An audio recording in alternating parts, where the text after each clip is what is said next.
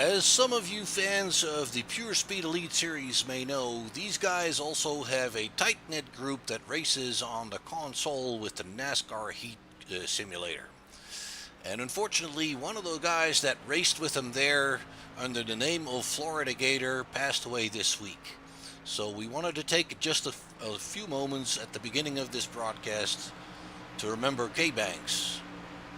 Richard Rico in the number 18 car has a livery on his car to commemorate his memory.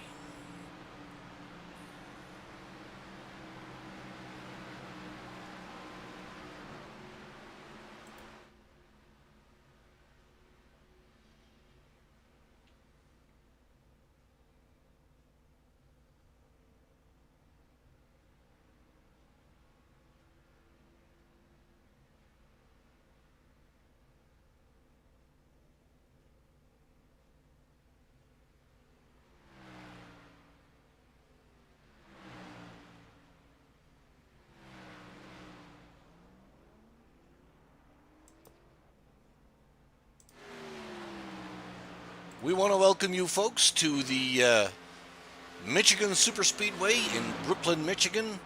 We are here for the 6th round of the Pure Speed Elite Series, the Cup Cars on Thursday night.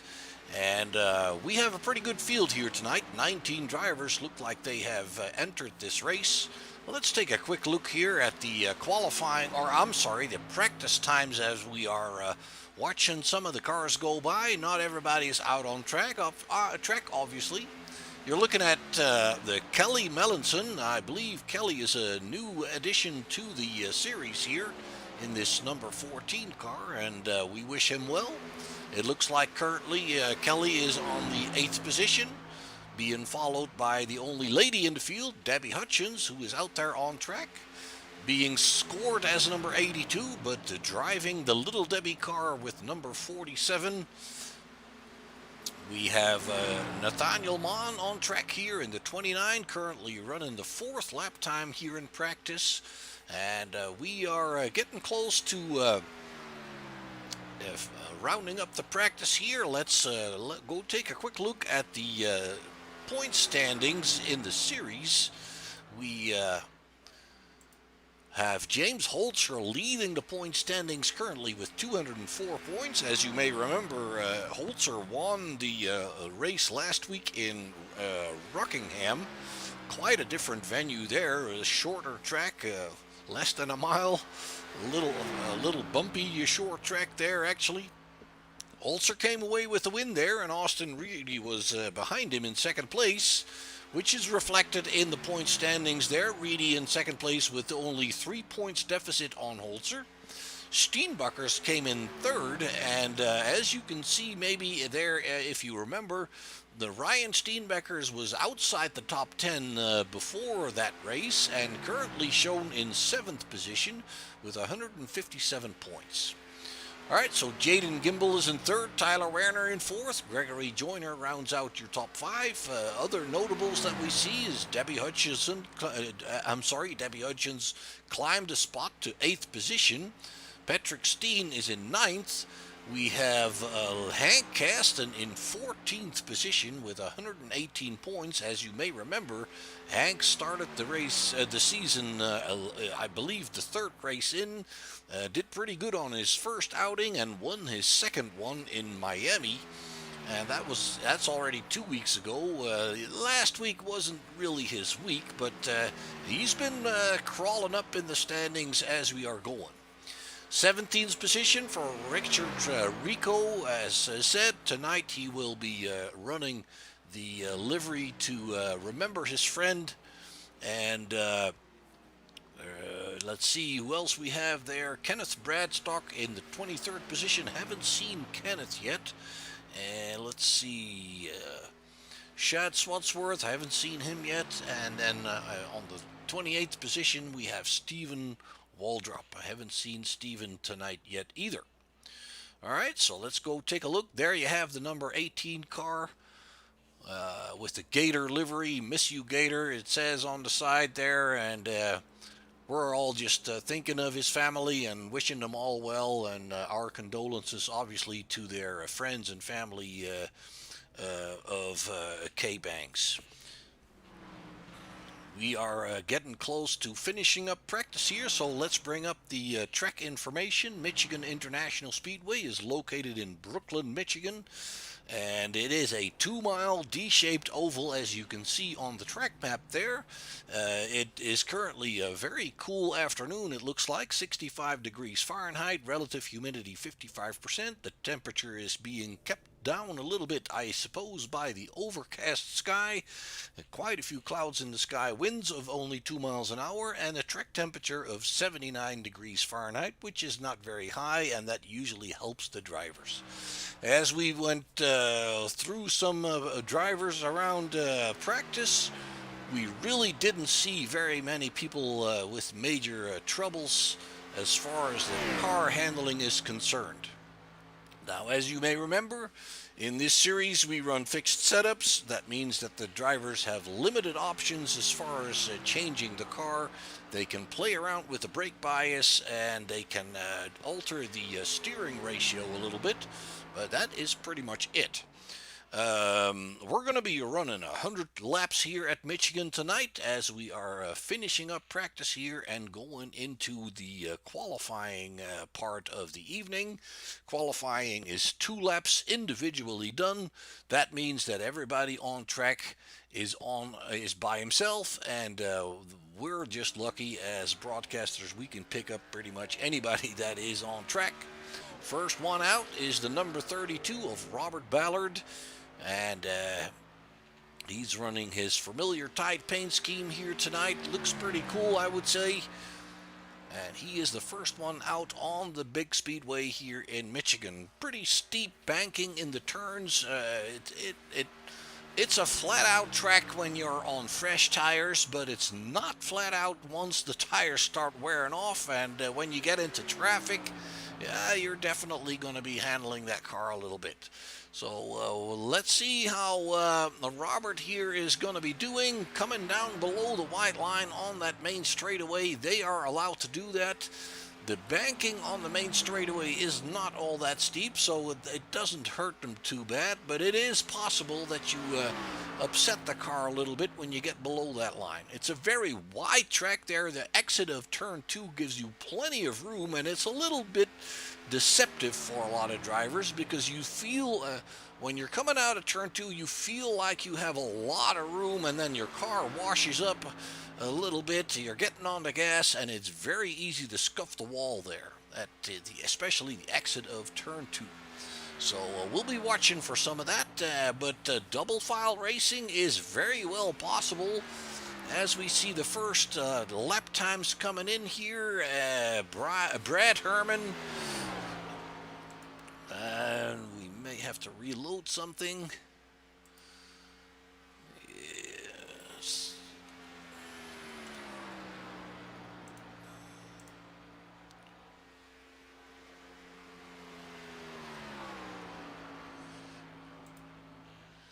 There, that's better. We have scoring up and running. It gives me a little trouble sometimes with the transition from one session to the next. Brad Herman currently your pole sitter, and Kelly Melanson in the number 14 doing a very good job there in second position. And of course, Austin Reedy way up there. We see Kyle Benson taking over at this point. Ryan Steenbecker's in the 799. He is getting up there as well, doing a pretty good job tonight. Reedy been pushed down to the 6th position. Jerry Isaacs is done for the qualifying attempt. Robert Ballard, and he is currently in 10th position. And there you see some times on the bottom of your screen appearing. The green time means that that's a personal best. So a lot of these drivers look like they are doing their best lap time on lap number 1. There we see Debbie Hutchins in the number 47 Little Debbie car. Out on her second lap currently, so let's see if she can improve on that 38.616 that we see there. Currently being pushed down by some of the other drivers. Brandon Gillis, so he's already done. Gregory Joyner in the number 3 car. He actually improved his lap time by about 1/100 of a second. Debbie improved her time to a 38.541, and she is up there in the top 10 currently. And I think what I've seen before, when we started out on Daytona, she was doing pretty good there as well. I think she likes these bigger tracks. So let's see, Jaden Gimbel. He is currently third in the championship points, and Jaden is running a 38.515 here, pushing himself up into the 6th position, and we have less than a minute to go. Still several drivers that have not been out there on the track, James Holzer being one of them. That's a little surprising. We would expect James to be out there and setting a fairly decent time. But James Holzer is maybe opting to start from the rear there. We currently have, I believe, 20 drivers entering this race. And there you have Gimbel. Second lap time was 1/1000th of a second quicker than the first one. Talk about being consistent. Gimbel in 7th position now, pushing Debbie to the 10th position there, and that's probably pretty much it here for qualifying, as the seconds are ticking away and we are finishing up on this session here tonight. All right, so that'll bring us to the grid. There you have it, folks. Kyle Benson is on pole position, with alongside him Richard Rico in a very nice attempt here on the front row.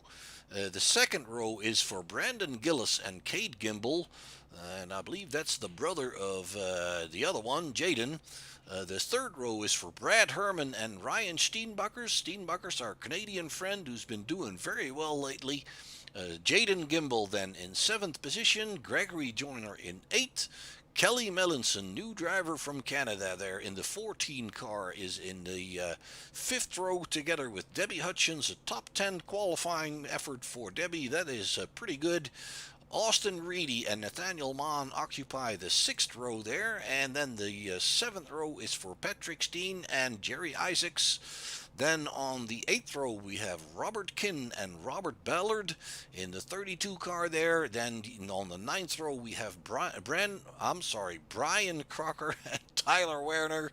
And the 10th row is for Jake Rowell and James Holzer. So James Holzer there in the final qualifying spot, not able or willing to set a time there. He is on the track, and he is getting ready to get going here. So I believe that's a brand new paint job he's got there as well. And right next to him we see Jake Rowell, that white car. That paint job is a little slow loading. Sometimes the paint program works that way, unfortunately. Tyler Werner there in the 33 car. Let's go check back up front. Richard Rico, Brandon Gillis in the 28 car, then the number 2 of Cade Gimbel. Brad Herman there in the 85. There you saw Ryan Steenbakkers popping into the picture there. Jaden Gimbel also in a brand new paint job with the number 98 on the side, not the number 12 that he normally runs. That's okay, we'll get it all sorted out. Gregory Joyner there is in the 3rd position, or in the number 3 car in the 8th position. And Kelly Melanson there, a 14 car. Debbie Hutchins, Austin Reedy qualifying just outside the top 10 there, with Nathaniel Mann right behind him in the 29 car. Patrick Steen in the 89, Robert Kinn in the 40, Jerry Isaacs in the 151. Beautiful paint job on that machine. Robert Ballard, and looks like we have everybody leaving pit road here.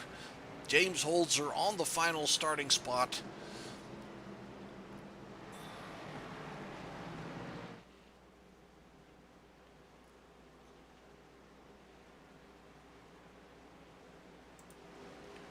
And only one warm-up or pace lap here at the 2-mile speedway in Michigan. So the pace car will be moving down to the side fairly shortly here, and we will be going racing here for round number 6 in the Pure Elite Speed Series with the Cup cars on Thursday night.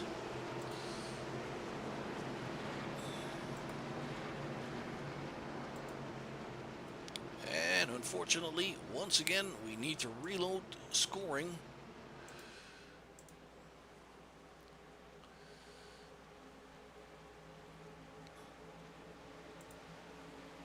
There you have him, and we are racing, folks. It is Kyle Benson in the number 76 car that picks up the lead right in front of Richard Rico in the number 18 car, painted in memory of his friend. And it looks like we have Cade Gimbel coming to the inside already there in the number 2 car, and he is not wasting any time, picking up the lead here right away, taking that lead away from Benson, although Benson is still on his outside there, neck and neck. The 28 of Brandon Gillis right behind there. Steenbecker's, Steenbecker's coming up there already, and he is in trouble. Ooh, hold it down and let the guys pass on the high side there, folks.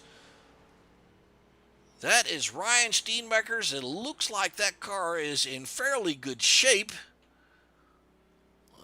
Looks like he is okay for now. Let's see if we can pick up that rear side. Yeah, he's got a little bit of a bump, or a little bit of a bump there in the back. It looks like he was hit on the side. Let's bring this back for you, folks. Keep an eye on the black car there. It's the 28 that runs, that taps him on the rear, and then the number 3 can't avoid the spinning car and runs into the side of him. So let's go and check on Joyner. That is the number 3 car. And he looks like he's a little bit crumbled up there on the front end. And on a track like this, folks, that can be a little bit hurtful, because we're going pretty fast on these super speedways, and we need that airflow to work well. It is not as much about drafting and being with a buddy as the tracks like Daytona and Talladega, but it is definitely about keeping your car in good order here. All right, so Cade Gimbel currently leading the pack, and we see Jaden Gimbel going down pit road, as well as Joyner here, Tyler Werner, and Steenbecker's is down pit road as well. And they have one faster pair. I would be a little bit reluctant to use it right now, because the damage doesn't seem that bad. The spoiler seems to be in the right angle there, not being pushed in. So if I was him, I'd just leave it like this and see how it goes. And we have a little under 100 laps to go in this race, so it might be worth your while to save that fast repair for when you need it even worse. And the same would be true for Joyner. I would give that a shot, and it does look like Joyner is doing that. There you have him still on pit road. In the background, you're going to be seeing the field coming up, and these guys are obviously going to have to leave pit road to make sure they're not going down a lap. And let's go check on Gimbel. They are, if I see that correctly, coming off of turn 3 and 4. So if we look at pit lane, yeah, there they come in the background, and as you can see, Steenbecker's is going out, and so is Joyner. They don't want to go a lap down, so they have to reach the exit of pit lane before those guys get past the start finish line, because you don't want to end up looking at a closed pit exit. But they're on their way, and it looks like the lights on the pace car are already out. They might go single file here because of the early yellow. A lot of these leagues set it up that if there's only 2 laps of green racing between starts or restarts, they go single file. Single file, obviously, giving the field a bit more of a stretch on the start, which avoids running into trouble again. We see Steenbecker's and Joyner coming back down pit road again, and I'm not so sure they should have done that, because if you're looking at the track map, they're going to fall behind quite a bit, and we are on the last lap before going green. So, well, it looks like Steenbakkers is already leaving, and he's going to be trying to catch up in that half a lap. And I hope Joyner gets to do the same. He might not be aware of the fact that the pace car already had its lights out, and the fact that we're going single file may have been throwing him off a little bit there. And we'll wait for the track map there to see if the number 3 leaves the pits. There he goes. The number 3 is leaving the pit lane. But the pace car is already coming in, so the number 3 is going to be falling behind there a little bit. Green. There you go. The green flag is out. Going into lap number 5, we are racing once again, and it is Kate Gimbel that has the lead. And as you can see, folks, the field is a little bit more stretched out now, which usually makes for a little bit less trouble on the restarts. There they come off of turn 2. Very wide runoff area here on the apron. And we see Brandon, let me see, that is Richard Rico there in 4th position in the number 18 car. He's trying to get to the inside. And now he's trying to get the draft, the 11 of Austin Reedy there going below the white line, trying to catch up with Rico.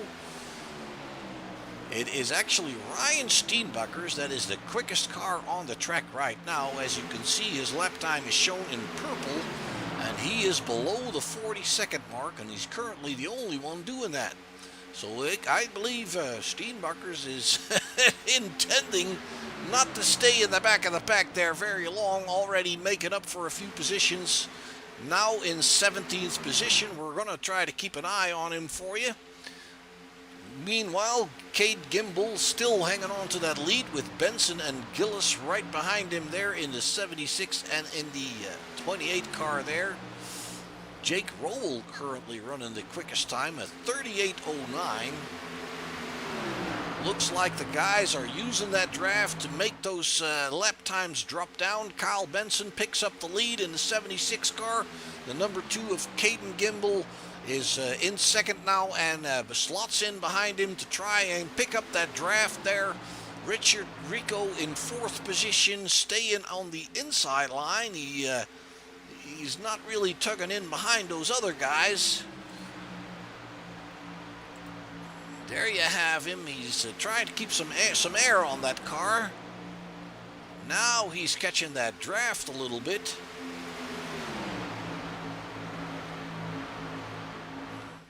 Two wide racing here. It looks like we have a track that's rubbered in on both lanes. Let's ride along with Richard here for a moment.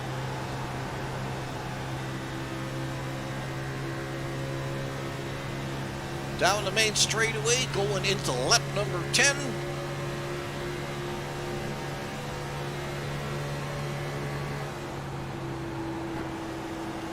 Little bit of a lift there for Richard, and here you can see how wide that track looks and how much room you have here on that backstretch. Richard being passed here by Austin Reedy. Austin Reedy in the number 11 car picks up 4th position, and Richard has to be careful for Kelly Melanson is coming to his inside there in the number 14 car. Oh, number 40 is in trouble. That is Robert Kinn over the grass. No yellow flag, but extensive damage on that car. Let's go and find out what happened here. He's behind Richard Rico. Actually, looks like he's being touched in the back by Holzer, and he loses control of the car, but he manages to keep it in a straight line on that grass. I want to try and look at this one more time, folks, because I don't see why he loses his front end there. Oh, he loses that front end running over that concrete slab in the middle of the grass there. You could see the car jumping up, Unfortunate for Robert Kinn, and the worst part of it is that we're not going yellow, so if he pits now to get that stuff fixed, he's going to lose a lot of time. And as we can see there on the scoring chart, Joyner is still quite a ways behind all these other cars. He kind of missed picking up the back end of the pack on that restart, as we noticed when he was staying in the pits a little bit longer than Steenbacher's. That whole idea of the single file restart may have just thrown him off a little bit. The 28 now of Gillis is coming to the inside of Benson and picks up the lead on the exit of turn 2 there. And as you can see on the backstage, we have a bunch of drivers that are already fighting pretty hard here on lap number 12, the 19 of Jake Roll. He is currently in 5th, and he is catching on to the leaders. Big group of cars. We still have a lot of drivers that are all connected to the front. Cade Gimbel into 2, now in 4th, picking up fourth, I should say. Jake Roll and him are kind of dicing it out there. The 29 of Nathaniel Mon is in there as well. 3 wide. It's a pretty good pack of cars that we're looking at here.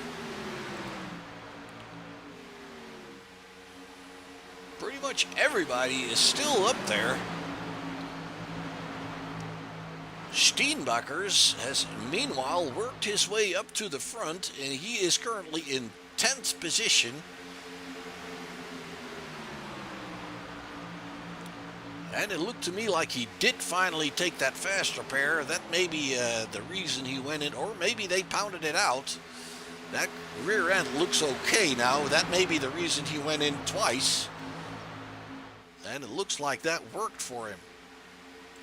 Brandon Gillis now in the lead with the 76, and Jake Roll right along at the tail end of his bumper. And I do believe that Jake Roll in the 19 car is also running that paint scheme for their friend Kay Banks. Or not. I can't really tell. Well, maybe not.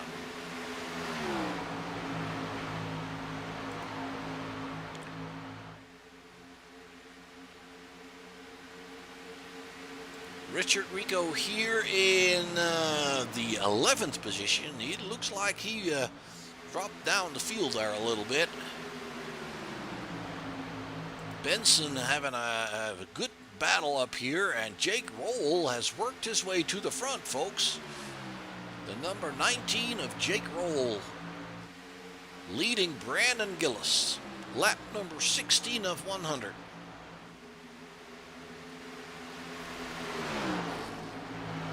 Ooh, there he misses coming off turn 2. That's exactly what I was talking about. That looks wider than it really is. He washed up into the wall there in turn number 2 at the exit of turn number 2, and he drops down to 18th position. The entire field just blast. Well, it may not be his own doing. The 28 may have been in his way there a little bit, avoiding him to come down. I will commend him for saving that car at the speeds we're running here, because we're doing 185, 190 miles an hour, and he caught it. So very, very unfortunate there for Jake Roll. Brandon Gillis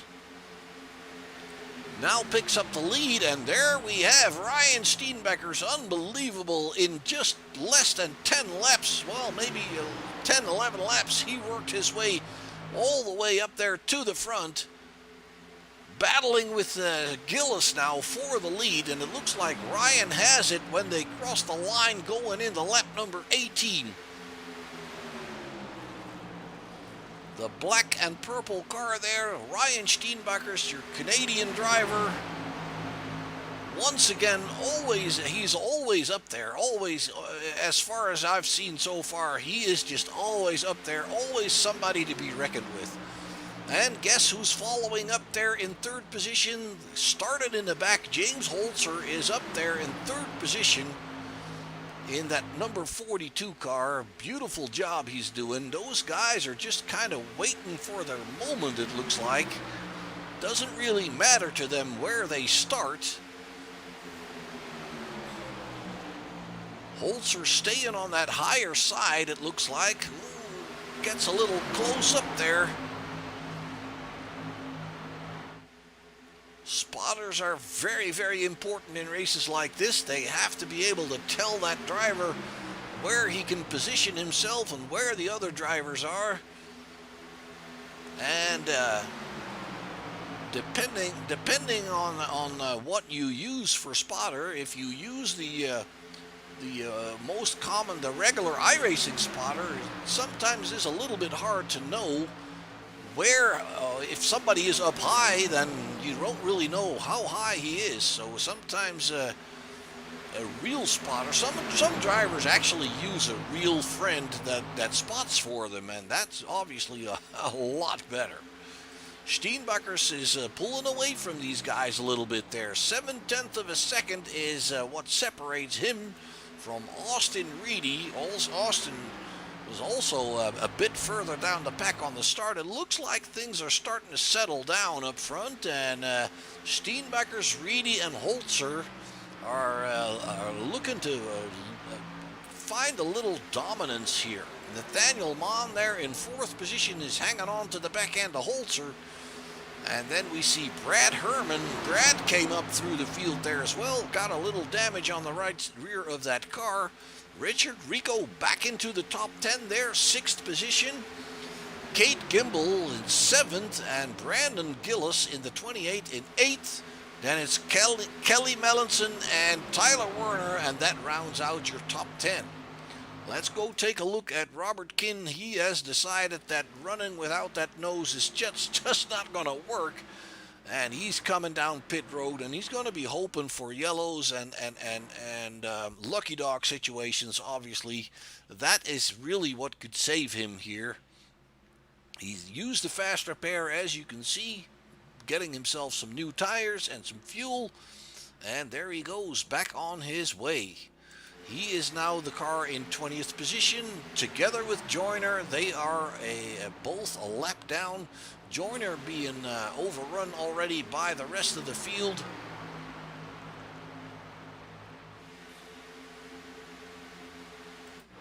Let's go back up front, and it's still Ryan Steenbakkers that is leading the pack with Austin Reedy in second place. Austin is reeling him in. He is closing in, and pretty quickly too. Oh, almost going towards that exit to number 2 wall there.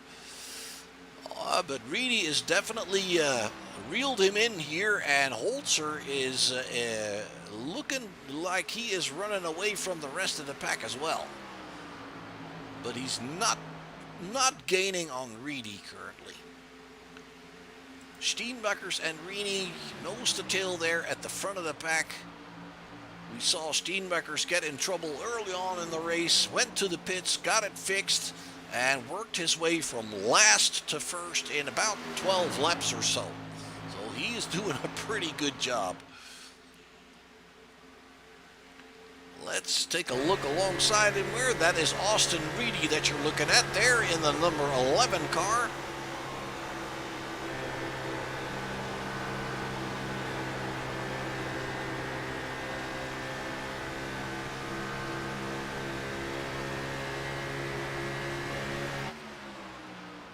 Closing in on the Steenbakkers. And it looks like he's just staying behind him.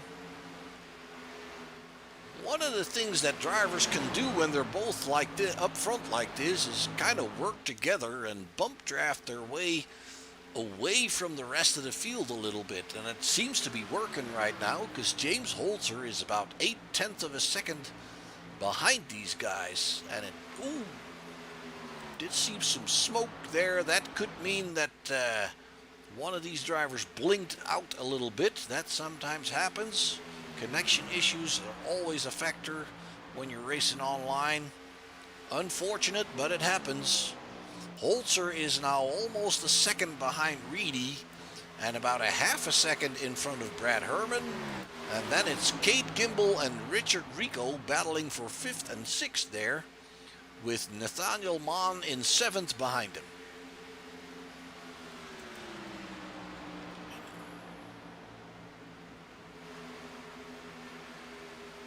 Richard Rico in the Gator livery, again in the memory of his good friend Kay Banks, one of the drivers that runs with these guys in the NASCAR Heat simulation on the console, and unfortunately he passed away. Once again, we send out our best wishes to his family. Kelly Melanson is going down pit road here in the number 14 car. I don't see any major damage. He just may be thinking about tires.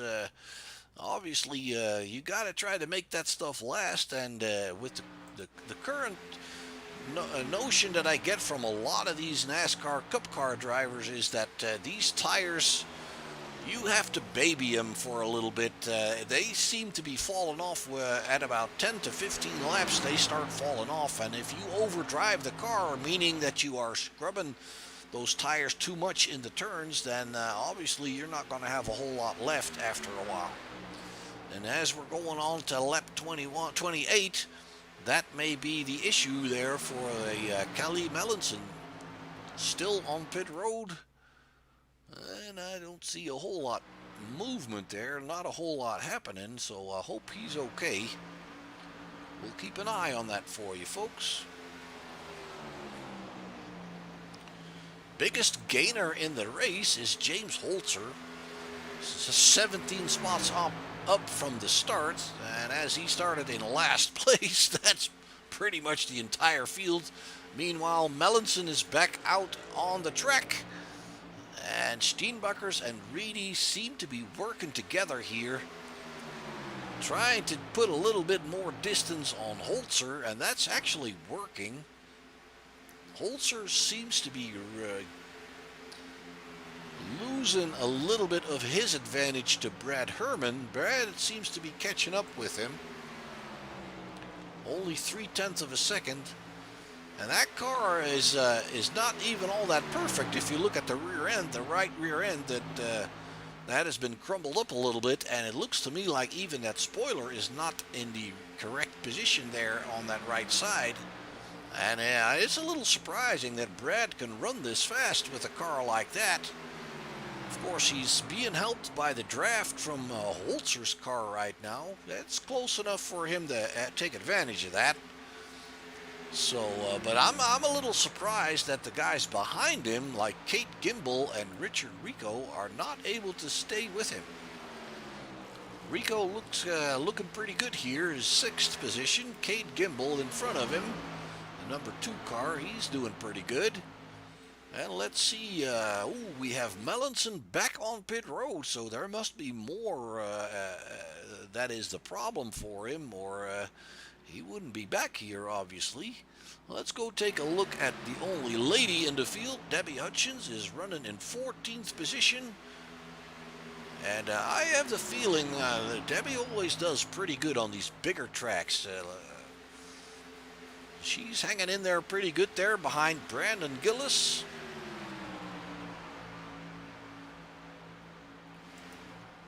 Melanson there still on pit road.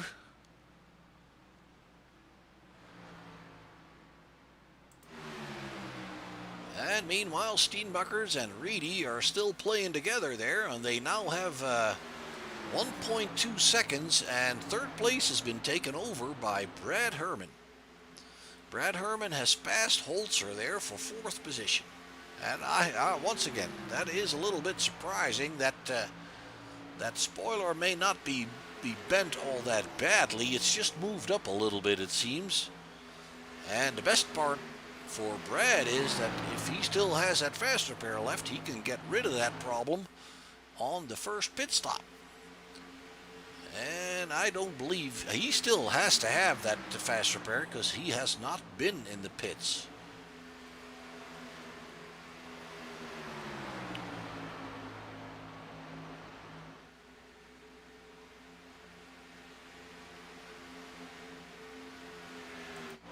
let's go and take another look at Steenbakkers. It looks like Reedy is finally decided to get going here. He picked up the lead, and immediately he puts 0.3 of a second on Steenbakkers there. So it may have been that Steenbakkers just had a little bit of an issue.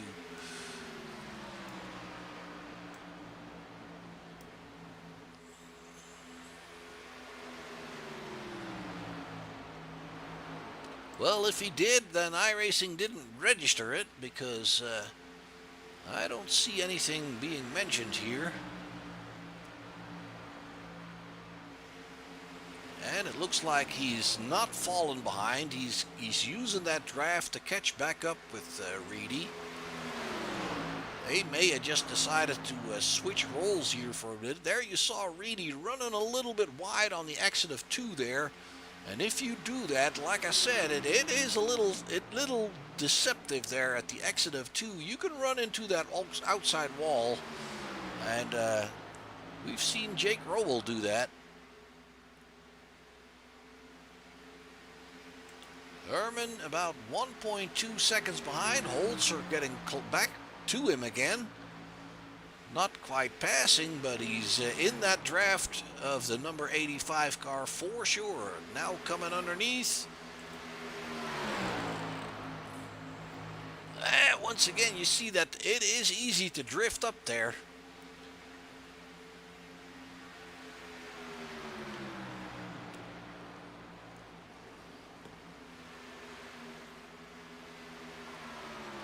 Let's ride along here with James.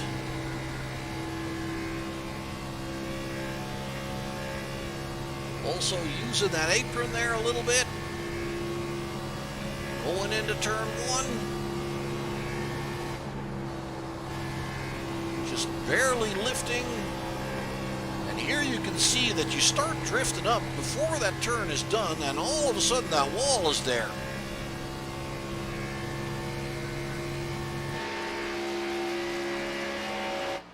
And we're looking back at Brad Herman here, and he looks like he's getting in trouble. He may have overused those tires. He's now being passed by Kate Gimbel there in the number 2 car.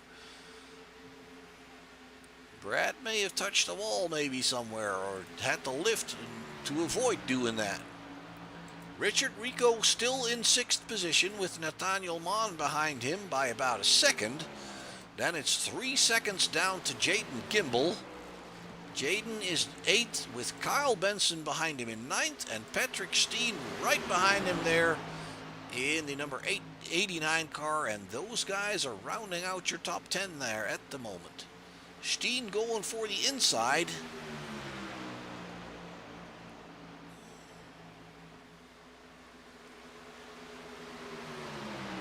And it looked like Steen had to go out of that, lifting just a little bit more because he was drifting towards that outside.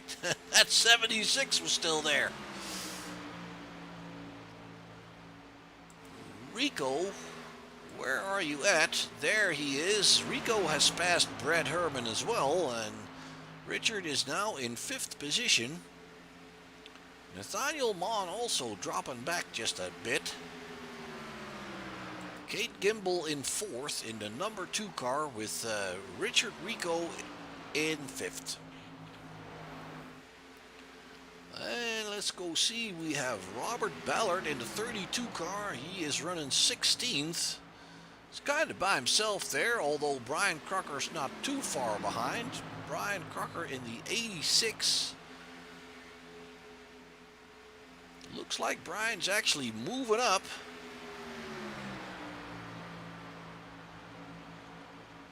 He looks like he's alongside, but he hasn't made the pass. Now going for the over-under.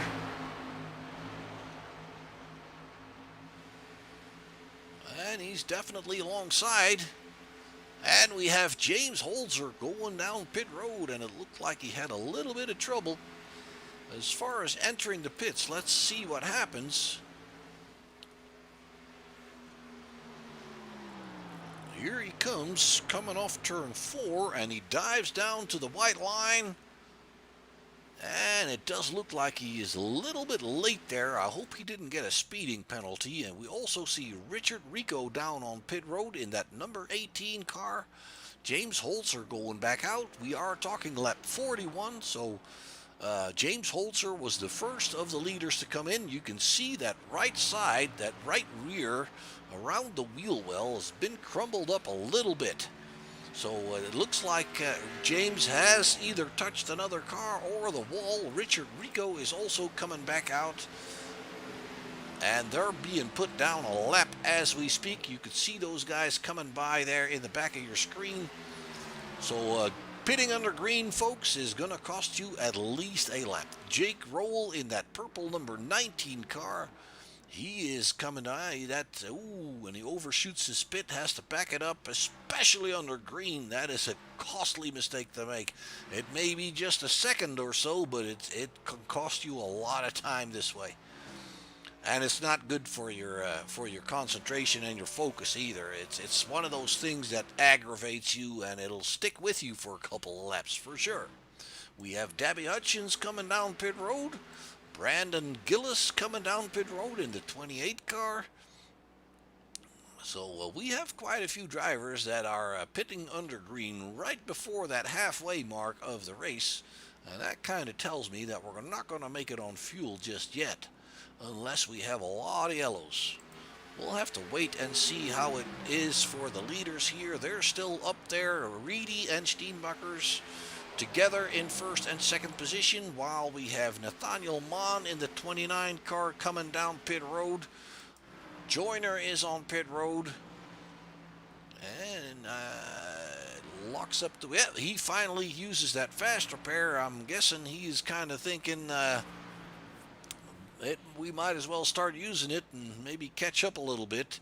Joyner is already 2 laps down currently.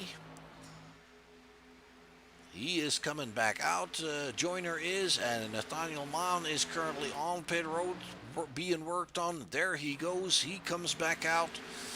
Reedy and Steenbakkers here, still in the lead. There on the bottom of your screen, you saw Joyner coming back on track. Reedy and Steenbakkers now 6 seconds in front of Cade Gimbel. He's in third. Jaden, his brother, is in fourth. And fifth is Kyle Benson there in the 76. Patrick Steen is in sixth. And Brad Herman has been hanging on there in seventh position. And it'll be we'll be waiting to see what these leaders are doing. They're starting to get into the traffic now. That was the number 40 of Robert Kinn. Robert is back on track after his incident that cost him his nose, but he is currently running in 17th position, 2 laps down now from the leader. Robert Ballard in the 32 coming down pit road.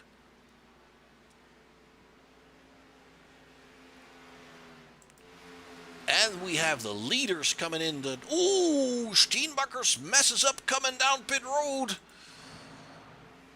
Let's see what happens. Just locking it up under braking there, losing the back end. I hope he didn't get a speeding penalty there. Yellow flag. And we have a caution because the number 2 is also... let's see what happened there. It may have been something bigger than that.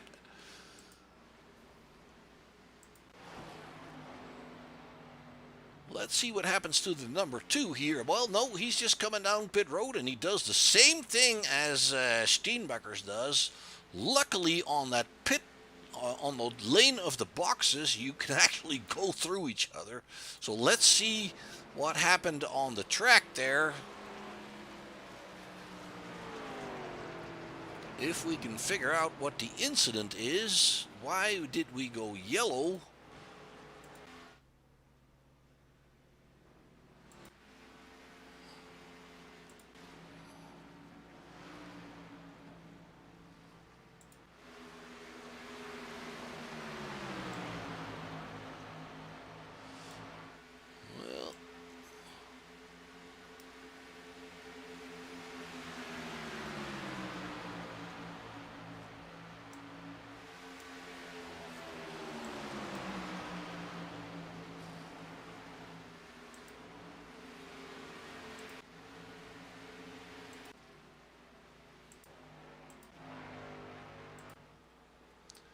can't really find an incident there, and the yellow may have come out because the number 2 spinning into pit lane there. Meanwhile, he is already back out. And Reedy has been back in the... He has been in the pits and he is out. So let's go and check on Steenbecker's there. Reedy had a lengthy pit stop, it looked like. Steenbecker's, with that mistake, is out in front of him. Meanwhile, Gimbel and Herman and Werner and Isaacs, Steenbecker's back in. He may not have used that pit stop at all as it went yellow. He may have just gone around. That wouldn't surprise me one bit. James Holzer back in. That is a little surprising.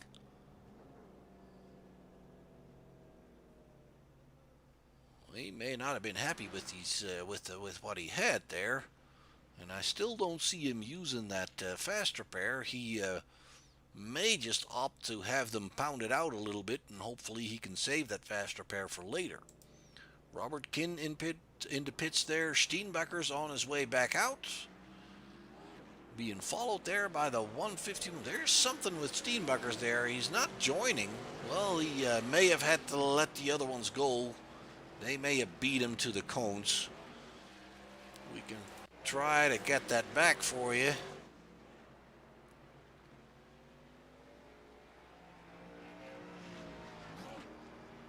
Well, it doesn't look like it.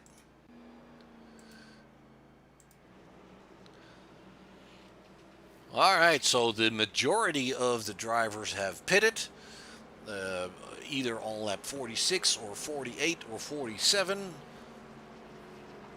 And it is currently Kate Gimbel in the number 2 car. That is your leader.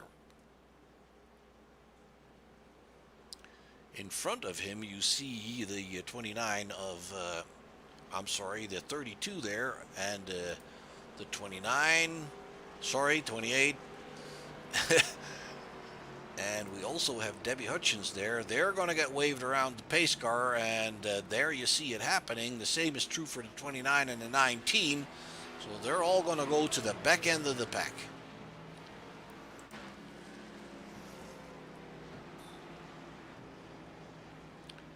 And as we speak, we are in fact halfway.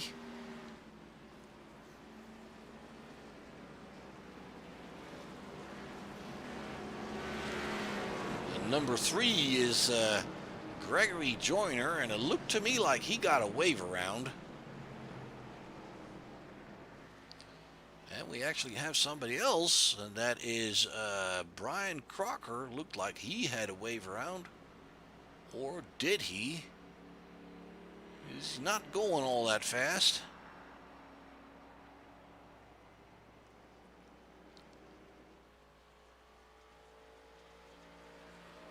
Not sure what the deal with him is. The lights on the pace car are out, and we are lining them up double file. So not sure what the deal with Brandon, with Crocker there was, but we're getting ready to go back to racing.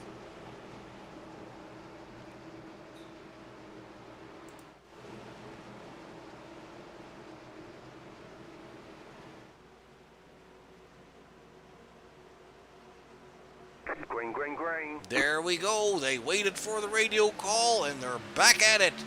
The 2 and the 76 having a good jump there on the 89 and 98.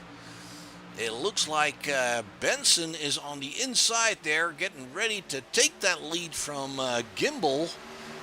And he is bringing Jaden Gimbel in the blue and white car with him. Caden Gimbel in the darker blue car there, now in 3rd position. Benson in the lead. Caution, yellow flag. We have another caution. Let's go and find out what is going on.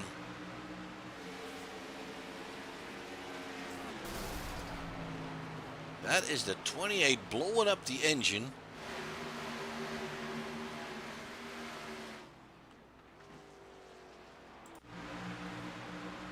Yep. That is the 28 blowing up the engine, not shifting on time. And it looks like that puts him slow on the racetrack, and that's given us another yellow. That's the only incident I can find right now.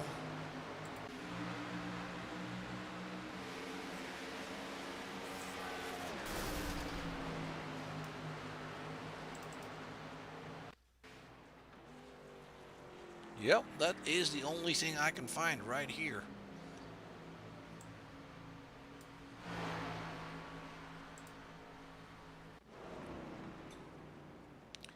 Well, that brings us back under yellow, folks.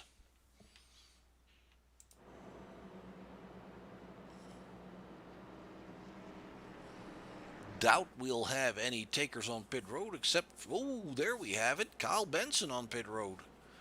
And that is because I think these guys are counting back from the finish to lap 100, and they're thinking it is lap 52, it's going to be 53 or 54 before we get going. We might make it on fuel if we pit now. That might be why they are coming in. Gimbel is doing the same thing. Both of them are, Jaden and Cade. There they are.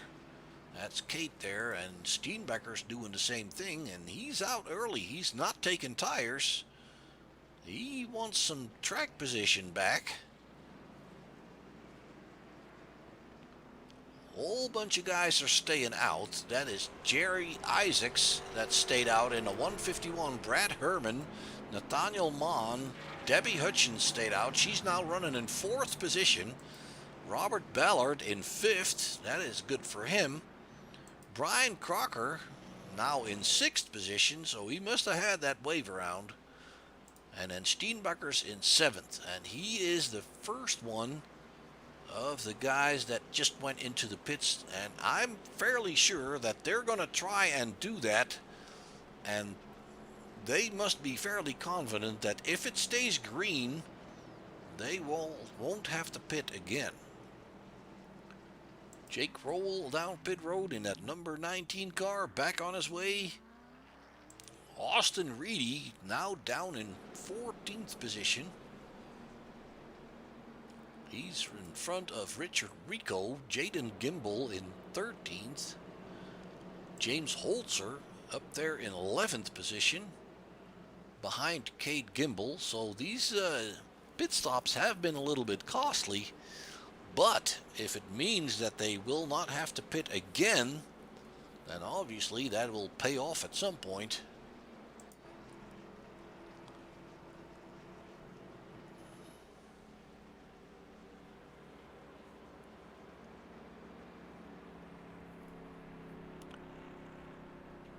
Jerry Isaacs in the number 151 leading the pack at this point. Brad Herman back up there. See if we can figure out if he had that back end fixed up. He did, in fact, have it pounded out a little bit, it looks like. Lights on the pace car are out, and it looks like we're going to go single file for that restart. And they can all check up a little bit there. It looks like they are leaving a lot of gaps.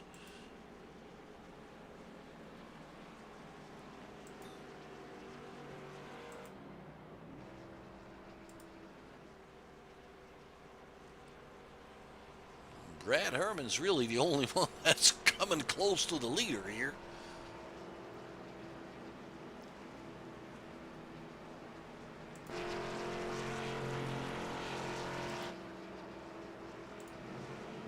There you can see the field is still pretty stretched out as the pace car's going down.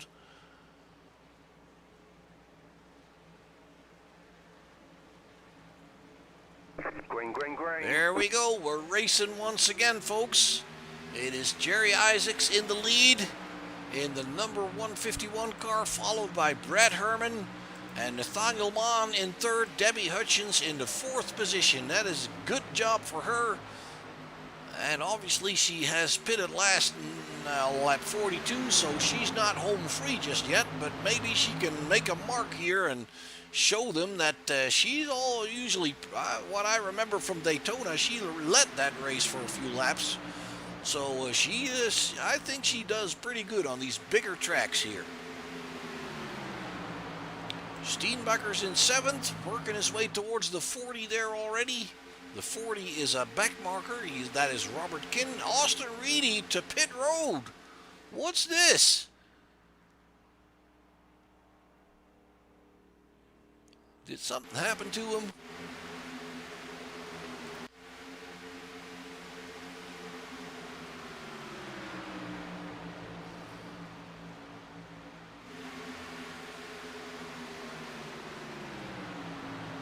I don't know if something happened to him, but he is just coming down pit road there. That is a strange move.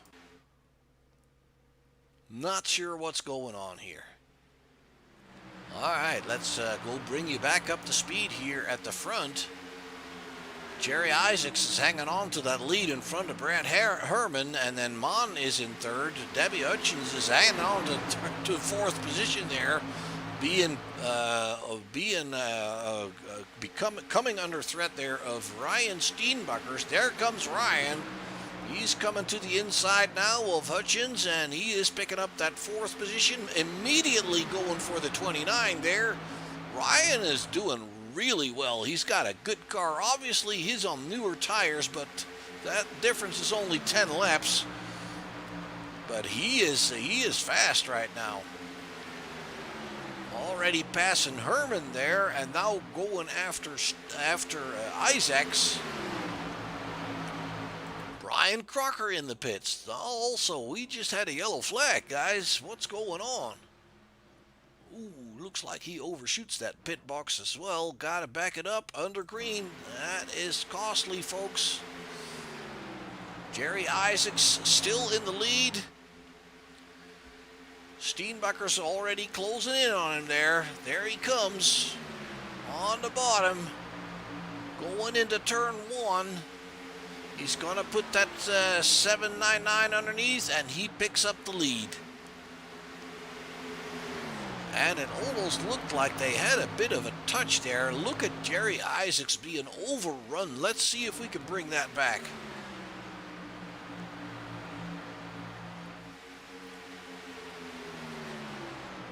Ooh, I don't believe they touched, and if it was anything, it was net code, but it may have just been that Jerry just kind of got surprised by Steenbacher's coming up to arc the turn. Ooh, a little bit of shuffling going on there. But Isaacs has dropped down to 9th position after scuffing that wall. Steenbacher's in the lead. Brett Herman right on his tail. Herman getting racy.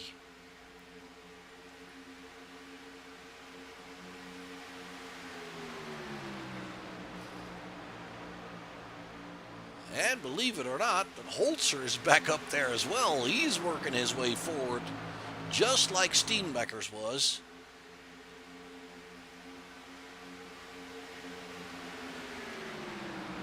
And Reedy is back in 18th position.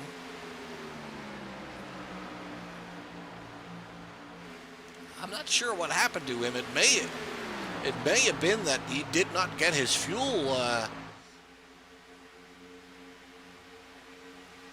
No idea. Jake Roll there in the 4th position.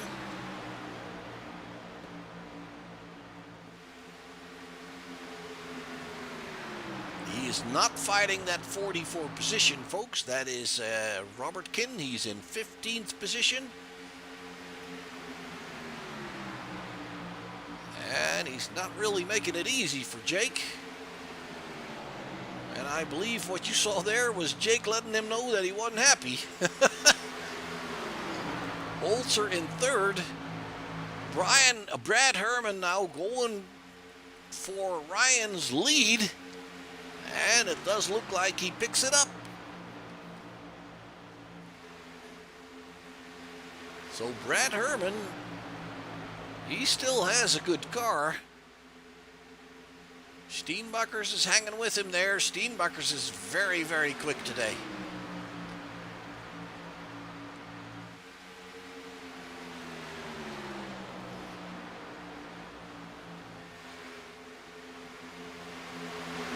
And we see Jake Roll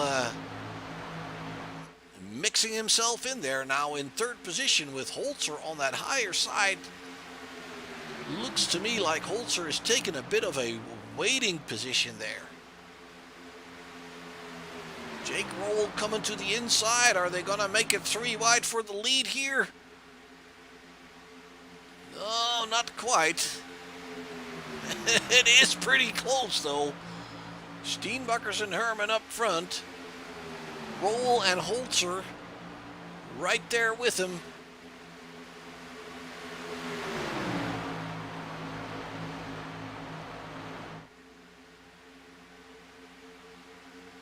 It's Herman in front now. Steenbucker's trying to stay to the inside of that 19, and he does so, slots in behind Herman. Holzer seems to be playing a little bit more patiently back there. And Steenbuckers is just going for it. He's just going for it. Back into the lead.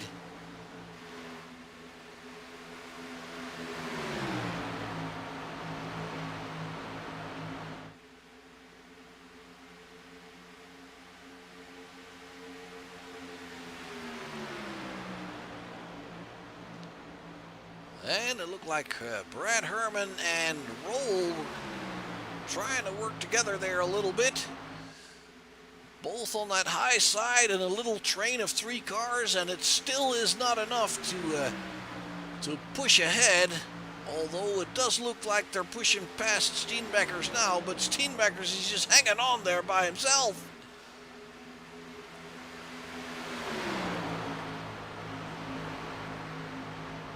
I lost count of how many laps they've been side by side, folks. The yellow flag is out. Oh, we have a yellow somewhere. We've had some issues. Ooh, that is the number 3 of Gregory Joyner. Let's see if we can figure out what's going on here. He's on that inside. Oh, and it looks like the 40 is bouncing off the wall. Yep, exit of number 2, bounces off the wall and takes out the number 3. And it actually doesn't hurt himself all that much. That, I guess, is that is Murphy's Law, I suppose. Joyner on pit road, and he's standing still there. I don't believe he has that fast repair. If I remember correctly, he used that up. So, tough call for Gregory Joyner. Well, all strategy plans are out the window as far as fuel consumption is concerned. We can see who's coming down pit road and who is going to take new tires. I would guess, I mean, if I was one of them, I'd just come in and get new tires, because this is going to be a 30-lap sprint. But obviously, a lot of these guys will wait and see what the leader does, and when the leader goes, you go.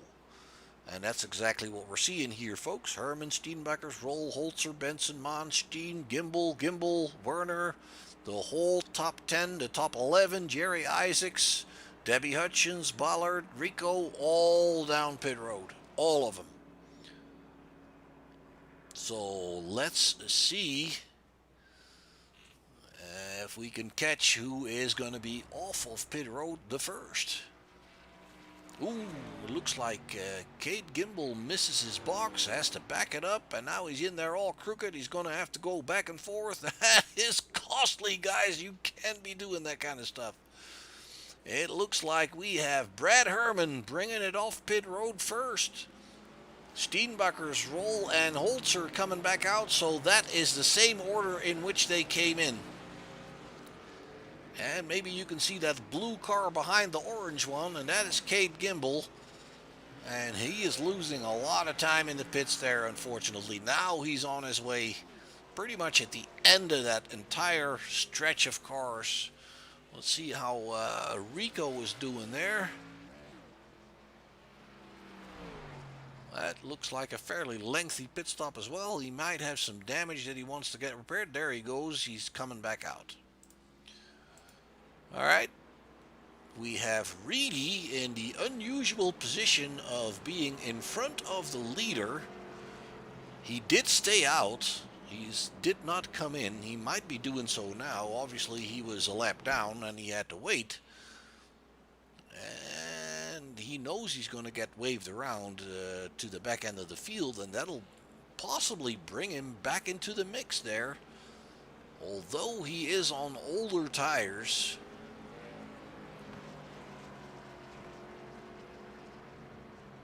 Yep, he's going around. The lights are out. We're going back to racing. So Reedy will catch up to the back of the pack. Brad Herman is your leader with Steenbuckers alongside him. Then Jake Roll in the 19 will be on the inside, and Holzer will be on the outside. Then we'll have Nathaniel Mann and Kyle Benson on the third row, and Patrick Steen and Tyler Werner on the fourth row, and Jaden Gimbel, Jerry Isaacs on the fifth. They'll be going in the lap 70, so there'll be 31 laps to go to take this thing to the end. We should all be good for fuel. Tires will make a difference, obviously, but the top 14 are all on fresh tires. The only one that didn't get fresh tires is Reedy, and obviously he wanted to get his lap back. And he did so, another yellow, that would bring him right back into the mix, because that would mean he could get some tires as well.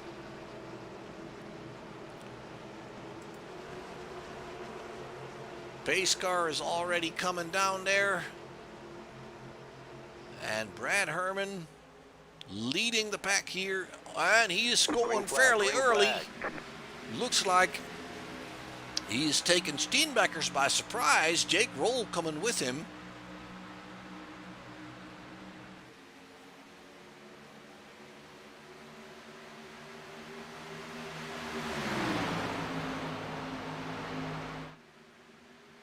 Steenbuckers now in third position there with Holzer alongside him.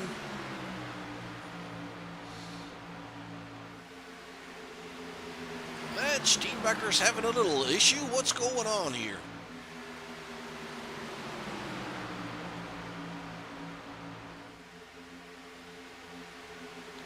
As fast as he was before the pit stops, as much trouble he's having now. Wow, I wonder what's going on.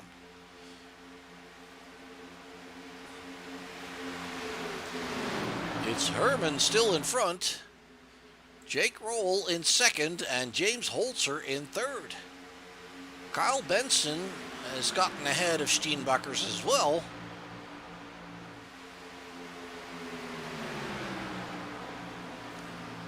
And it looks like Holzer's getting ready to get a little bit more racy here. Coming to the inside of the 19, we see Steenbuckers passing Benson. Not sure what the deal with Ryan was there, but he looks like he's back at it. Let's ride along with him.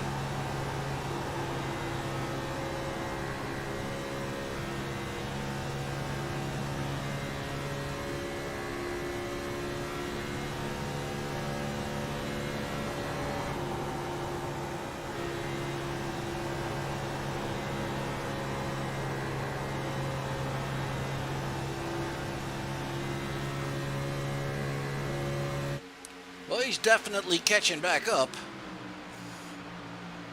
And he's bringing Benson with him.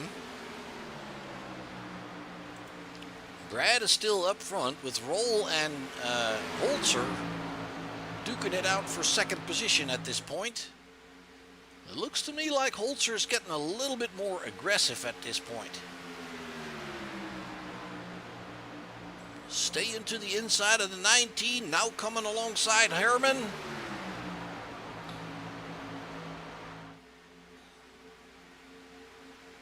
And Steenbuckers is right behind him there. Looks like he's actually pushing him on the main straightaway towards turn 1.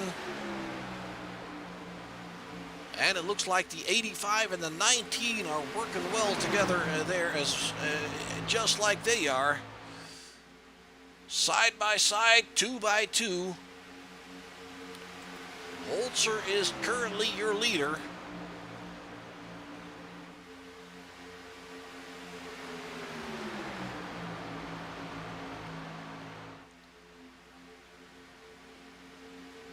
Steenbecker's again by himself on that bottom while the other three are staying together nose to tail. Seen him do that before. Ooh, the 28 coming down low. The 42 seems to be staying up high. Brad Herman picks that lead back up. Roll now to second again. Benson is going to start mixing himself in there. And a 33 of Tyler Werner. Well, in fact, the whole second group is catching back up to these leaders here. The blue and white car, that is Jaden Gimbel. Tyler Werner in the red and white 33. Cade Gimbel is back up there already. Jerry Isaacs in the 151 with a Mon on his outside there. It looks like the whole pack, pretty much the first 9, 8 to 10 cars are still in this thing. Half a second between Steenbecker and Werner.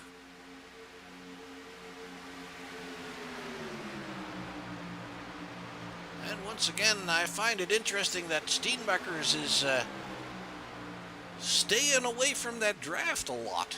Now he comes underneath Holzer.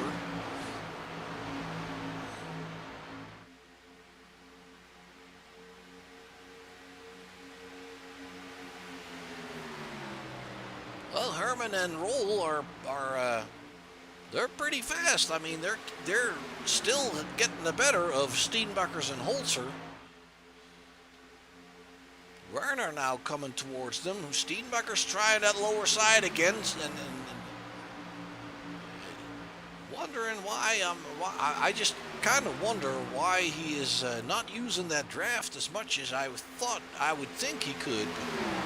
It doesn't seem to slow him down. There he catches it back up again.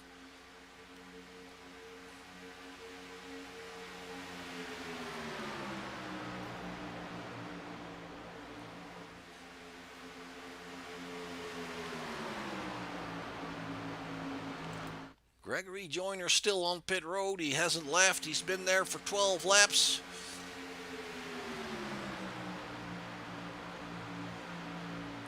Herman and Roll nose to tail. Once again, Steenbecker's down to the bottom. And it looks a little bit like he has to just lift a little not to wash up against that 19.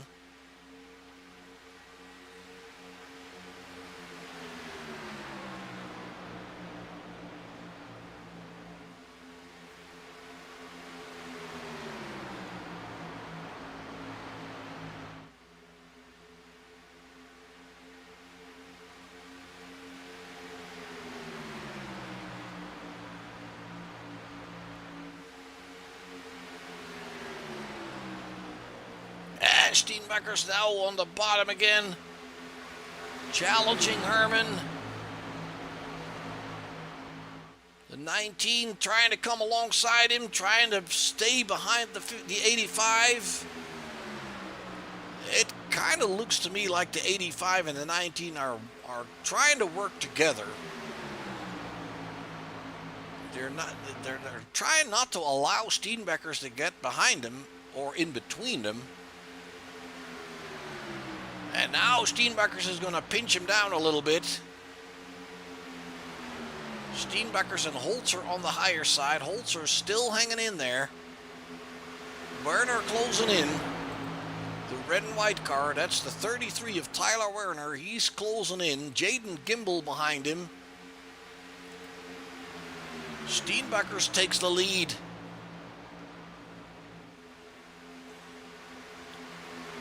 Can he hang on to it?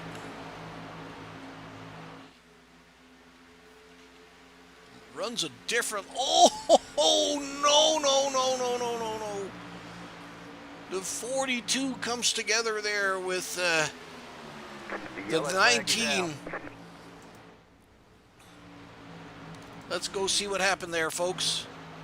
The 42 up top there, trying to stay. Oh, he's coming down a little bit. Ugh, rolls it over. Not good. And let's look at the 19. Jake Roll, also pretty heavy damage. Let's bring it back a little bit further. It does look like the 42 is wanting to come down to get the draft there.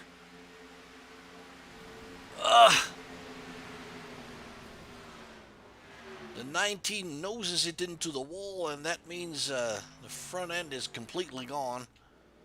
That's extensive and costly damage. And I'm fairly sure he also has used up his fast repair.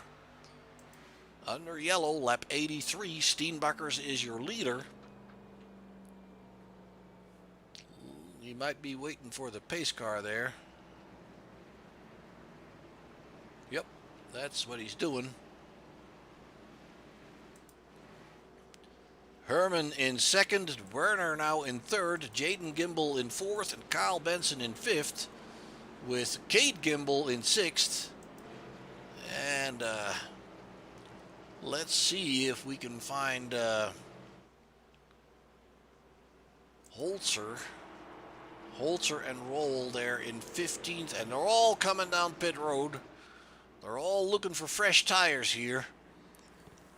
That is... that was kind of what I expected them to do, although they could have probably made it, but they're all preferring new tires, obviously. So let's keep an eye on pit road here and see if we can see who comes out first.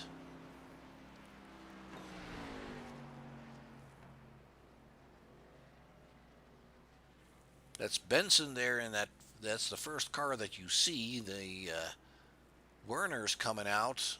Ooh, and he's coming out in first position, folks. Werner is the big winner here off of pit road. He is the big winner here. Yes, indeed. Brad Herman, in second. Steenbakkers in third.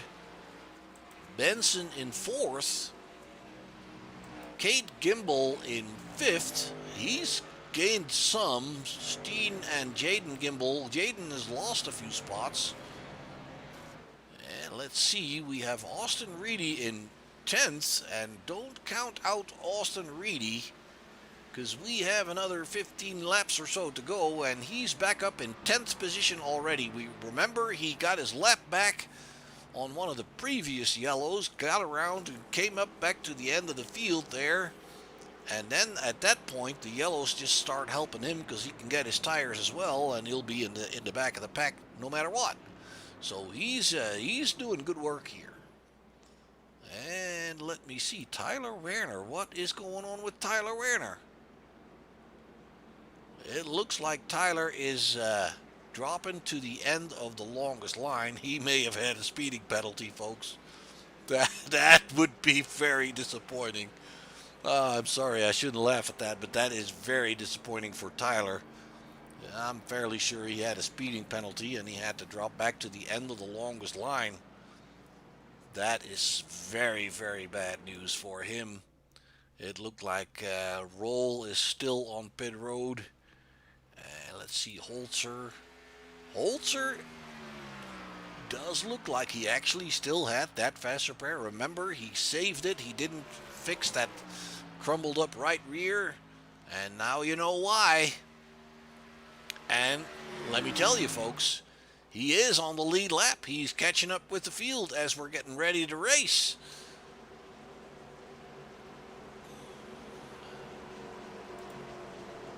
There you have him catching up. Nope, that's not him. He's already caught up. That's the 14 of Kelly Melanson. All right, we're going to go into lap 86 to get the green flag, and we're looking at 15 more laps to finish this thing.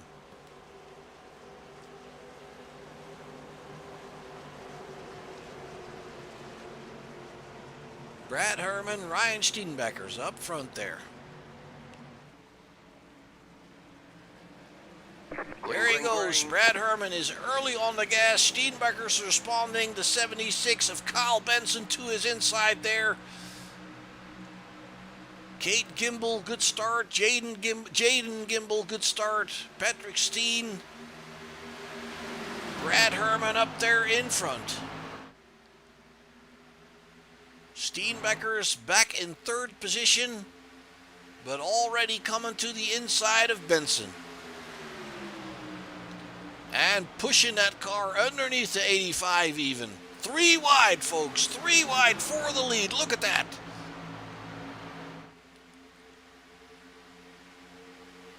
Steenbecker's down on the bottom now. 3 wide still, and the number 2 of Kate Gimbel pushing Benson.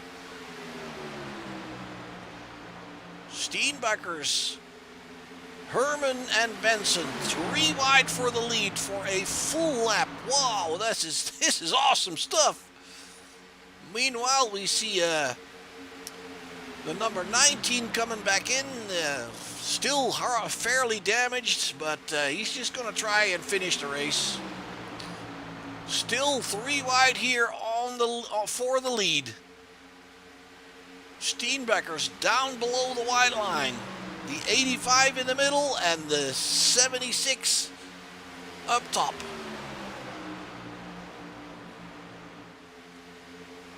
And we see Jaden Gimbel getting in the mix there.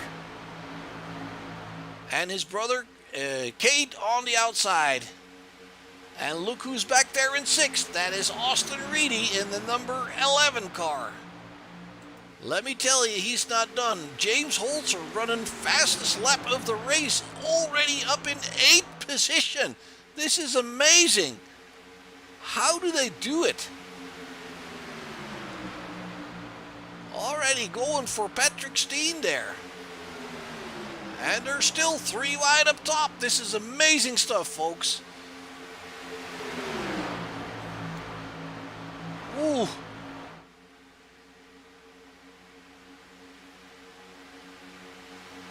It's Steenbecker's in the front with the 76 trying to push him on the outside.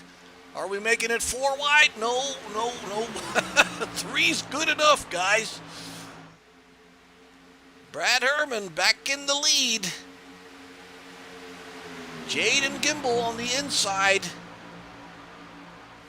Reedy high there on the outside. Reedy has Holzer behind him. Ooh, Jaden Gimbel had a bit of a moment, it looked like. Little bit of shuffling going on now. Steenbecker's to the inside of Herman. Door to door. Can he hang on? We're going into lap 91, folks. 10 laps to go. Steenbecker's has the lead. But look at the group behind him trying to fight him. Ooh, almost had a touch, I believe. Once again, 3 wide for the lead. Oh no. Caution, yellow flag. Oh, I always hate it when that happens. We are having such a great fight here, folks. That is so unfortunate. Let's go and check out what happened there. We'll have to see that from the blimp, probably. Let's go and check that out. Look at that, 3 wide. Steenbecker's and the 85, they touch. It's the 85 that washes up a little bit.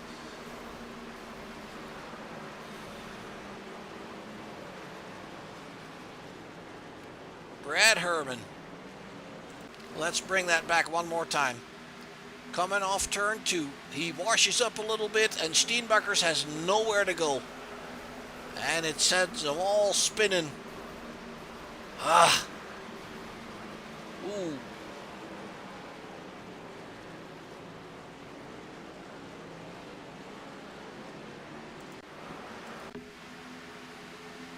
Let's see if we can bring it back from a little bit closer. Watch the 85. Steenbecker's is way up high. And you can see coming off turn 2, the 85 just washes up just a tad too much. It was just nothing. Ugh.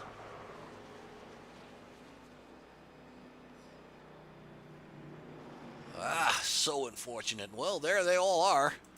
On pit road with Gimbel in the lead, Holzer, Mon in third, Isaacs, Herman. Ooh, looks like he might be speeding down pit road here. Richard Rico back in. Somebody's smoking up there. The 76 of Benson. Where do we have Steenbachers? I can't find him. Oh, he's out. He's still out there, trying to make his way back, I suppose.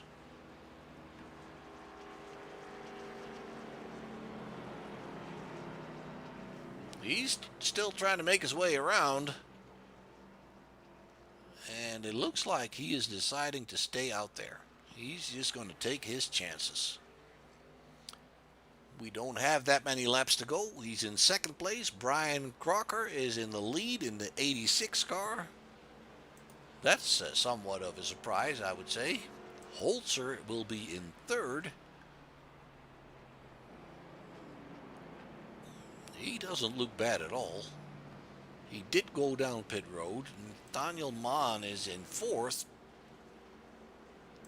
Jaden Gimbel, Patrick Steen, Brad Herman now in seventh. He's in front of Richard Rico, Tyler Werner, Kyle Benson, Austin Reedy. Oh, Austin had a bad luck there. He got caught up in that. Look at that car. Yeah, he's going to try to get some more repairs, I'm sure. That really ruined his race. He did so good coming back. I would say Holzer is looking pretty good here. His car doesn't look that damaged. And Steenbachers is a little bit crumbled up there on the back end and on the front end. Well, pretty bad actually on the rear there. So I'm kind of thinking Holzer looks pretty strong here. Jaden Gimbel, same thing.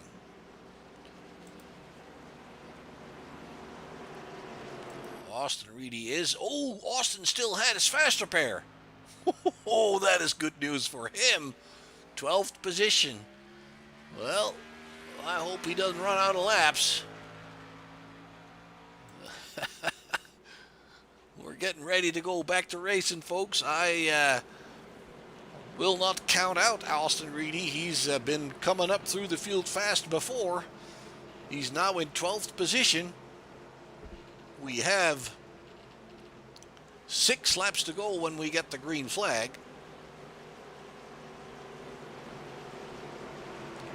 We still have Hutchins, Isaacs, and Ballard in the pits. Looks like Isaacs coming back out at this point, but we're going to stay here with Crocker and Steenbachers. Holzer and Mann in the second row, Jaden Gimbel and Brad Herman in the third row. Richard Rico in 8th position. And Brian Crocker wasting no time with the restart, taking Steenbachers completely by surprise there. And Steenbachers also has the problem of a car that is probably not as good as he wants it to be. He's being overrun by Holzer and Gimbel already, and there comes Mann to take him as well. Yeah, he's Brad Herman passes him already there as well. And there is your rabbit, Brian Crocker, already being caught by James Holzer.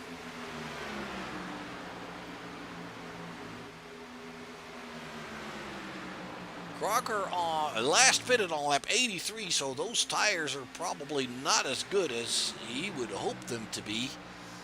Jaden Gimbel in the 98 passing him as well. And now it's going to be Holzer and Gimbel. And Gimbel looks pretty strong, I will say that. He is right behind Holzer. Brad Herman picks up 3rd position behind him. There he is. He looks pretty strong as well. there we go. Herman to the inside of Gimbel. Brad's been running really strong here all race long.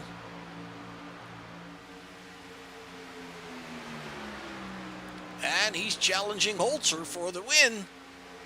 Lap 97, Holzer and Herman. With Gimbel right there. If somebody drops off something, he's right there to pick it up.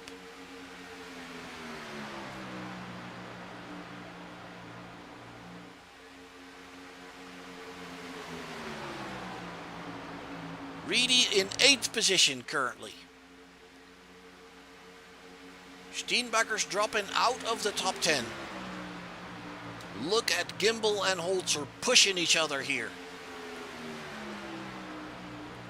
But Herman's not giving up. He's right back on the inside of Gimbel. Lap 98. And in the back, it's Mann and Benson fighting for 4th position with Tyler Werner in 5th. Here's the 98 of Gimbel taking the lead, bringing Brad Herman with him. They're working together, it looks like. Holzer in 3rd. Gimbel in 1st. 2 more laps to go, folks. The 85 coming to the inside to pick the lead back up 3 wide once again. Well, Holzer drops back behind the 98. And it's actually Gimbel in the lead. The 85 did not have enough of that momentum on the lower side there. Oh, no. Ooh. Holzer saves it. Oh, my goodness. That is beautiful. Gimbel starts the final lap in the lead. Brad Herman in 2nd. Kyle Benson coming on strong here in the 76. 3 wide into turn 1 and 2. 85 backs out. It is Benson on the high side that noses ahead of Gimbel. Really close together here. Gimbel comes back on the inside. He picks up the lead going into turn 3 and 4. Jaden Gimbel, can he hang on? Kyle Benson to his outside. No. Ah. What a bad finish. That is a bad finish. Tyler Werner is the lucky one. He picks up the win. It is Brad Herman in 2nd place. And guess who is in 3rd? Austin Reedy. They need to talk about this. They definitely need to talk about this. This is really not good. Let's bring that back for you. James Holzer.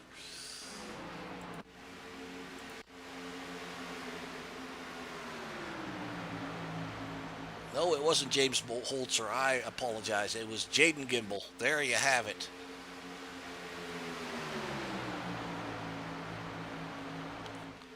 Look at what happens. The 76 comes down to the inside where the 98 is, and just that was all she wrote. We're going to bring that back a little bit further. Oops. I want to bring that back one more time, folks.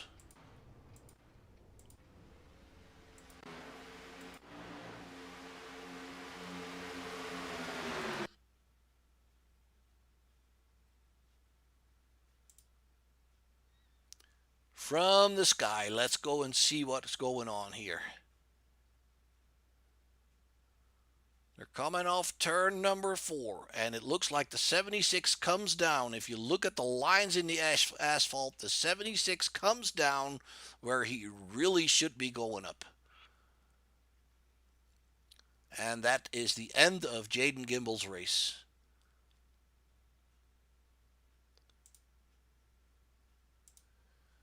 All right, well, let me see here who we can find. There is your winner, Tyler Werner. I'm trying to go back live. There we are. Let's see if we can find somebody to talk to here. Reedy, Herman, and Werner.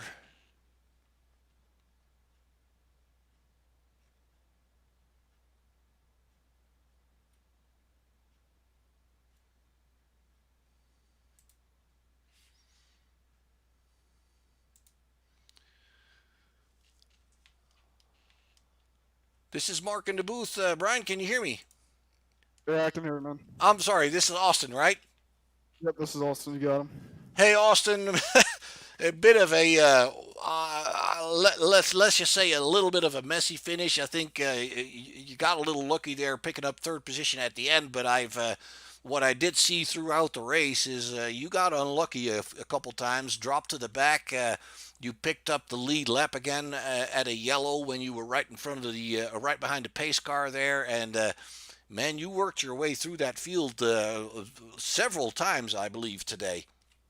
Yeah, it's just water under the fridge. I mean, we got a speeding penalty coming in a pit on that first 50 lap run, and yeah, I had to do a pass through. I think it was a hold for 40 seconds. Come out, but as I was like going, literally parking it in my box, the caution came out, so I just bolted it out, tried to stay on the lead lap, and came out. The next lap we were going to pit, or when we went green, we were going to pit that lap. So I came in, and another caution came out. So like, all right. So there was like 3 cautions where I was still having to serve this penalty, and I think we finally served the penalty. We ended up going 1 lap down, and then the leaders were like 2 seconds behind me. So I was just running it as hard as I could to stay in front of them. We got lucky. Caution came out. I stayed out while everybody pit. Got that wave around, and we what was it? What lap was it? We were Yeah, I'm lap not, 53, I I think. know what you're talking about. I mean, you got your lap back, and you pretty much worked your way all the way back to the front, and then something else happened again. Yeah, we got back up to the front. There was one restart where I had the old tires had to stay out. Another caution came out. I was restarting like 15th or something. We got back up to like 6th, and then I think the 2 leaders got into the wall and it collected a bunch of guys.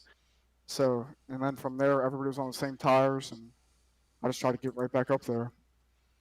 Yeah, I believe on that final restart, you were 12th, and there you are in third position. You worked your way at least to fourth or sixth before the mess happened there at the end. And obviously, when two or three of them didn't make it to the finish in front of you, that helps you a little bit to get the third. But man, I'm impressed by what you did there, bringing it back up there every single time. It is pretty amazing.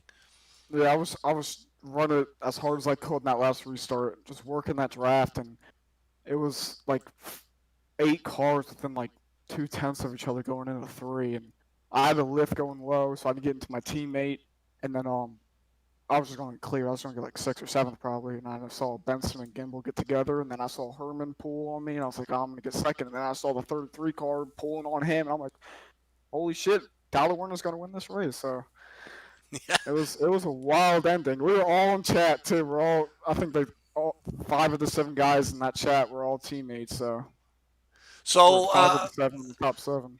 I'm looking around here in the rooms, and I can't find Brett Herman and Tyler Werner, to be honest with you. But what did you hear on the chat in the race as far as that final issue was concerned between Gimbal and the 76 of Benson? There were some choice words, but they were definitely not happy with each other.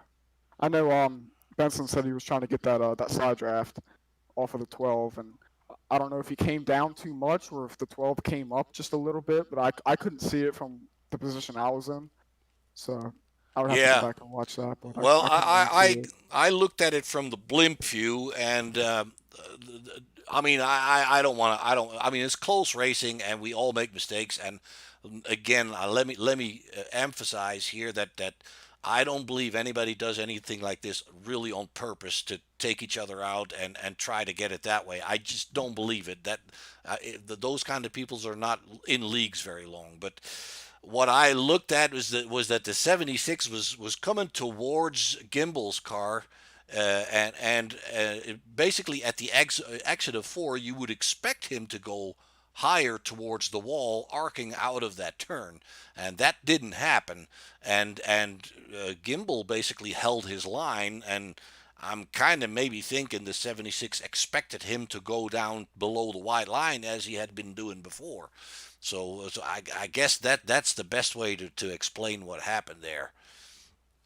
I'm gonna watch it real quick right now. But I mean, that's what I would expect too. If I was the 76, I would expect the 12 to go below that line. But I mean, last lap, you got to hold the line that you think's quickest. So Yeah, I mean, and once again, please don't take it as I'm blaming this or that guy. I'm not. It's you guys are all racing for the win, and you're racing hard. And I mean that's sometimes that stuff just happens. And like I said, I do believe that he was kind of counting on Gimbal going below that white line because Kimball has done that a lot before.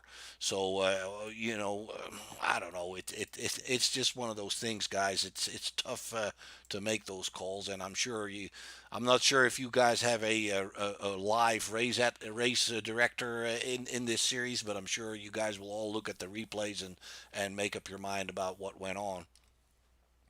yeah, I know there's some hard feelings right now, but it does. I'm looking at it right now. It looks like the 76 does come down. I think the 12 wanted to keep that run and drive it up the track a little bit, and then maybe dive down lower, coming to the line. But I think the 76 just went down just a little bit too much. That's just Yeah, my point yeah, of view here. yeah. Well, you're probably looking at the same thing I was looking at. I mean, and it just really feels like he's counting on Gimbal going down there below that white line, and he's not doing that. He's holding his own line, and so I mean, yeah, that's kind Yeah, of the way I look at it right now. it's tough. I mean, you want to hold that line, especially in the leader. He can't really see the 76 there either. That's another thing. But the 76 can see him. I think the 76 just came down just a little bit too much, and because even as he was running the bottom there, I think. Yeah, he was running the bottom. You want to come up off that lane just a little bit more than that, but he held it low and he just stayed in his lane. Can't really put the blame on Gimbal there. Yeah, well, like I said, I mean, I don't want to I don't want to blame the 76 either. I mean, it to me it's a racing incident with yeah, expecting somebody else to do something that he doesn't do. Being behind that person, obviously you need to be the one making sure that you can go where you're trying to go. You can't go through anybody, but so from that point of view, I guess he should have stayed a little bit higher and looked what Gimbal was going to do first, maybe. But again, it's hard racing and stuff happens, and I hope you guys can work it all out. Again, towards my viewers, I can't find Tyler Werner and Brett Herman to talk to, so Austin, it's up to you to give me some love yous and thank yous for the people that are watching, my friend. Before my love yous and thank yous, I don't see Herman, but T Dub 3 is that's Tyler Warner in chat. But Oh, I'd like to say thank you to Big Fast Racing, Gimbal Team, Steambockers. Shout out Tyler Warner for winning that race, and it was a fun one. absolutely. It was great to watch all race long. I will give you that as well. Absolutely. Thank you very much, Austin, and once again, congratulations. All right, thank you, Mark.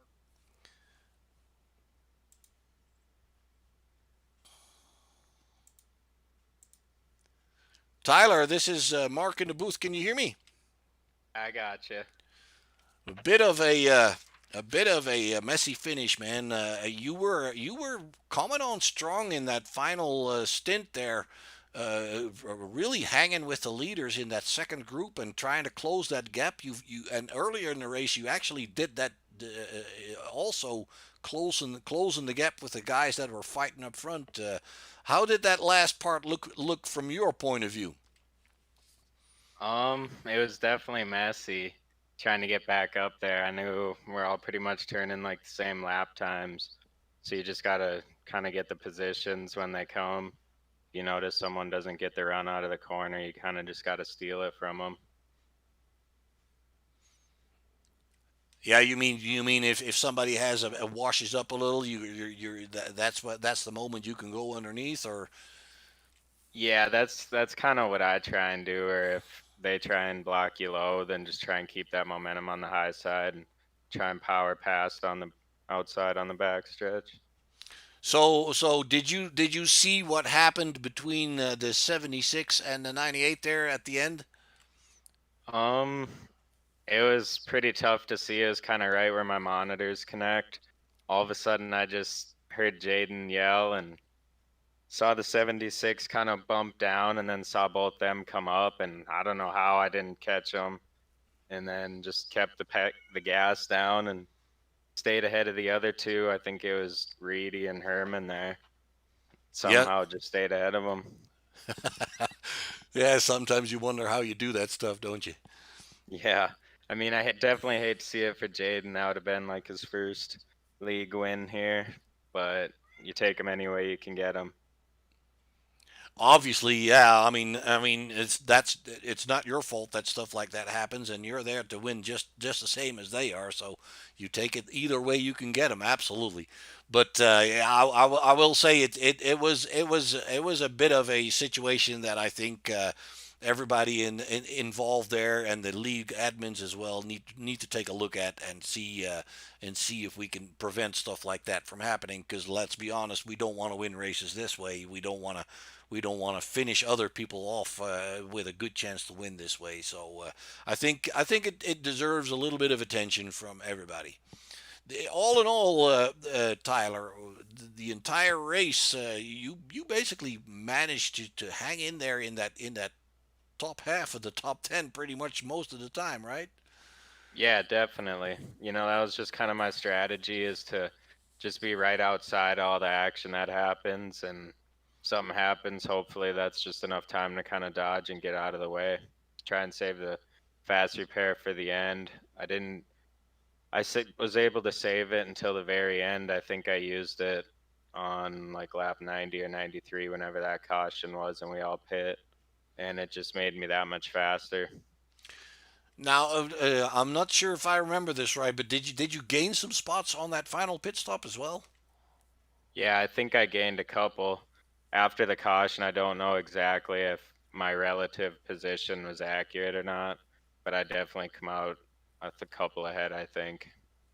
Well, I think you and Herman both did on that final pit stop.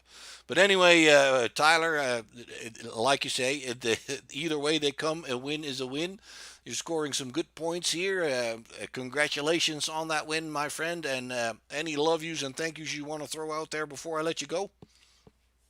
Definitely just want to say thanks to Rico and Jaden for getting the league sorted out and getting it all put together. It's really fun being able to come out here and race like this.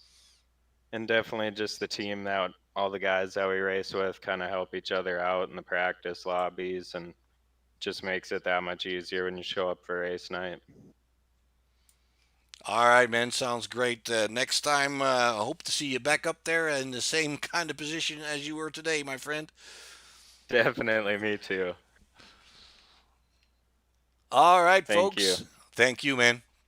I am looking through the rooms here and seeing if I can find Jaden, but I don't believe I can.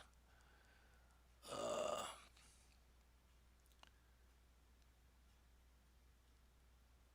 nope, I can't find him. So I was kind of thinking it might have been nice if I would have had a word from him. It's been a few minutes, so hopefully the first responses have cooled off a little bit. Understandably so. I mean, I've been in that situation, and your first reaction is obviously a little bit more overheated than it sometimes should be. But that's part of racing as well. You're all pumped up. You're racing for wins, and that's just the way it goes. Like I said, I do believe that they need to work this out. They need to talk about it because I do believe that this was a preventable incident. That doesn't withstand that.